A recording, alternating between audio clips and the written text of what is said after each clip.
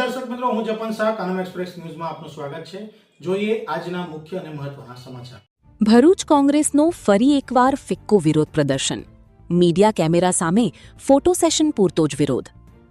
દિલ્હીના જંતર મંતર ખાતે ચાલી રહેલા વિરોધના સમર્થનમાં ભરૂચ કોંગ્રેસ દ્વારા શહેરના પાંચબત્તી વિસ્તારમાં વિરોધ પ્રદર્શન કરવામાં આવ્યો।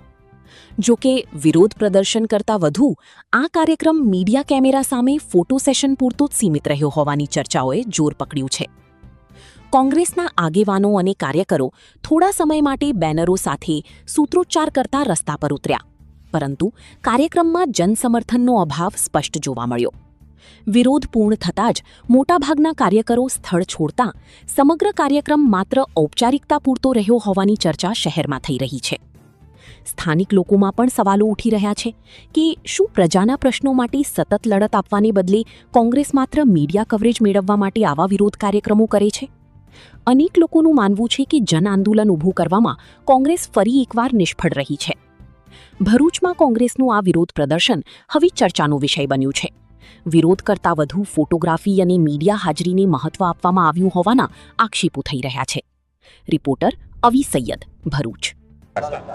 આ દેશનું યુવાન, આ દેશનું યુવાધન સંઘર્ષ કરી રહેલું છે જંતર મંતર પર, ત્યારે આજે દેશમાં જેની સાથે લાઠીચાર્જ કરવામાં આવેલો, અમાનવીય વર્તન કરવામાં આવ્યું મહિલાઓ સાથે, યુવાની દીકરીઓ સાથે, દીકરાઓ સાથે, એના વિરોધમાં સન્માનીય ખડગેજી અને રાહુલજીએ સંસદ અને રાજ્યસભામાં એની ચર્ચા માંગી, ત્યારે વિરોધ પક્ષેની, સત્તાધારી પક્ષેની ચર્ચા પણ ના કરી, ત્યારે ના છૂટકે એમને પ્રધાનમંત્રીના આવાસ પર જઈને ધરણા પર બેસવું પડ્યું। ત્યારે તેમની સાથે ચર્ચા કરવા બહાર પણ ના અવાયું, એમની સાથે વાતચીત કરવા પણ ના અવાયું, અને એમને પોલીસને આગળ કરીને એક દેશની અસર, આવતીકાલના યુવાનોની એક આસ રાહુલ ગાંધીની ધરપકડ કરવામાં આવી। એની વિરોધમાં આજે અમે આ દેખાવ પ્રદર્શન ભરૂચમાં કરી રહ્યા છે। ત્યારે આ દેશમાં આજે જુલ્મ યુવાનો પર થઈ રહેલો છે।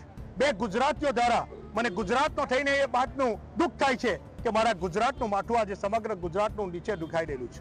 એ યુવાનો પર વિદ્યાર્થીઓ પોતાના હકની લડાઈ લડી રહ્યા હતા। એક પેપર લીક, આવતીકાલનું ભવિષ્ય હિન્દુસ્તાનનું, એને કુચલવામાં આવી રહેલું છે દાદાગીરીથી। આ જો હુકમીની સરકાર ચલાવી નહીં લેવાય અને વિરોધ પક્ષનો અવાજ જે દબાવવાની કોશિશ કરી રહ્યા છે, ખડગેજી અને રાહુલજીની જે ધરપકડ કરવામાં આવી છે એને સખત શબ્દોમાં અમે વખોડીએ છીએ અને આજે રોડ પર આવેલા છે। આવતીકાલે આ ભારતીય જનતા પાર્ટીને જોવા જેવી થઈ જશે, એ કોંગ્રેસની ખુલ્લી ચેલેન્જ છે।